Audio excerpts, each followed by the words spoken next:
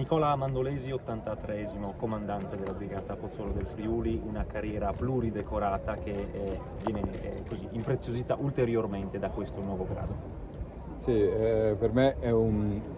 onore e un privilegio assumere oggi il comando della Pozzolo del Friuli. Come dicevo prima, io sono nuovo di qua sia geograficamente, nel senso che conoscevo poco il Friuli e già lo sto apprezzando in questa settimana che sono stato qua. È un momento molto emozionante per me e non vedo l'ora di cominciare. Ho seguito tanti cambi del comando, non ho mai visto cambiare il basco.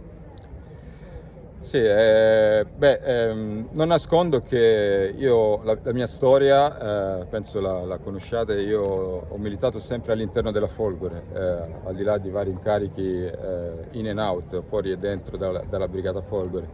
Da quando avevo 8 anni vedevo lanciare i paracadutisti davanti al mio terrazzo di casa, in zona lancio. Io vengo dalla Maremma toscana, è ancora zona impervia, zona tipica per addestramento delle aviotruppe. Quindi per me fin da bambino era indossare il basco amaranto e l'ho fatto fino al comando del 187° reggimento, dove le sue insigne stanno ancora dentro a questo basco. Però ritengo che un comandante serve la bandiera e gli stendardi in questo caso, e serve gli uomini che gli vengono posti sotto il suo comando. Per cui è giusto che io in questa brigata non indossi il basco amaranto. Torno a Roma, che in qualche modo è diventata la mia città adottiva, anche se io sono veneziano doc e lagunare doc, quindi insomma torno da un punto di vista logistico familiare, sarà meglio, ma lascio un pezzo di cuore qui, in questa bellissima terra e soprattutto in questa meravigliosa brigata che è sempre stata in qualche modo mia, adesso lo era davvero e da qualche ora a questa parte non lo è più, per cui non è un bel giorno per me, però buon vento al mio successore, buon vento soprattutto alla brigata e tornerò da queste parti da semplice cittadino e da turista per ammirare e godere appieno delle bellezze di questa regione che merita tutto quello che ha e che sta scoprendo e che continuerà a scoprire in termini di turismo e di attrattività. E questo è veramente un altro messaggio che mi sento di lasciare a chi poco conosce il Friuli e lo considera una regione un po' ostica, piovosa. Guardatevi intorno. Quindi ecco, questa è la sintesi di come mi sento oggi. Non mi sento bene a lasciare questa gente, queste donne, questi uomini, ragazzi, ragazze o che sono stati ragazzi, che sono state ragazze un po' di tempo fa, un po' di anni fa e quindi insomma mi mancheranno, mi mancherete voi, mi mancherà questa terra, mi mancherà la brigata di cavalleria Pozzolo del Friuli. Cosa ha detto al suo successore? In bocca al lupo e che è fortunato. Nell'ordine, anzi in ordine inverso, che è fortunato a prendere questa brigata e a lavorare nei prossimi anni, spero per lui più possibili, con questa gente e in bocca al lupo perché le sfide sono tante, ce ne sono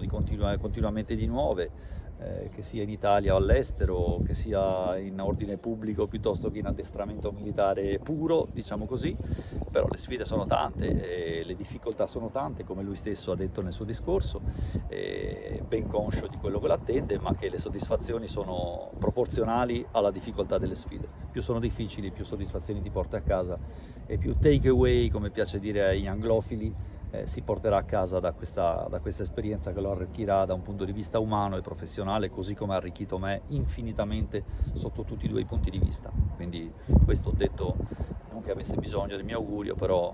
un buon vento fa sempre comodo per uno che deve avviarsi a un percorso complicato, denso di soddisfazioni, ma comunque difficile. Tra approntamento per il Libano, approntamento per Roma, strade sicure, è stata una meteora, è stato un continuo salire su un treno in corsa a folle velocità, correre con lui e scendere in corsa nello stesso modo. Quindi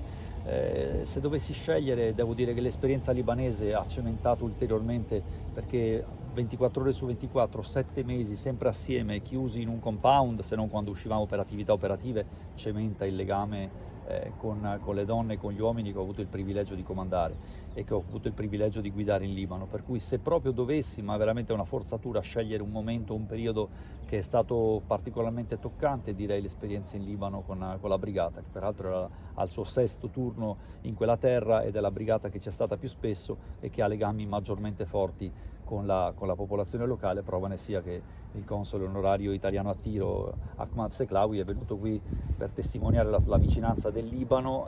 a questa brigata e a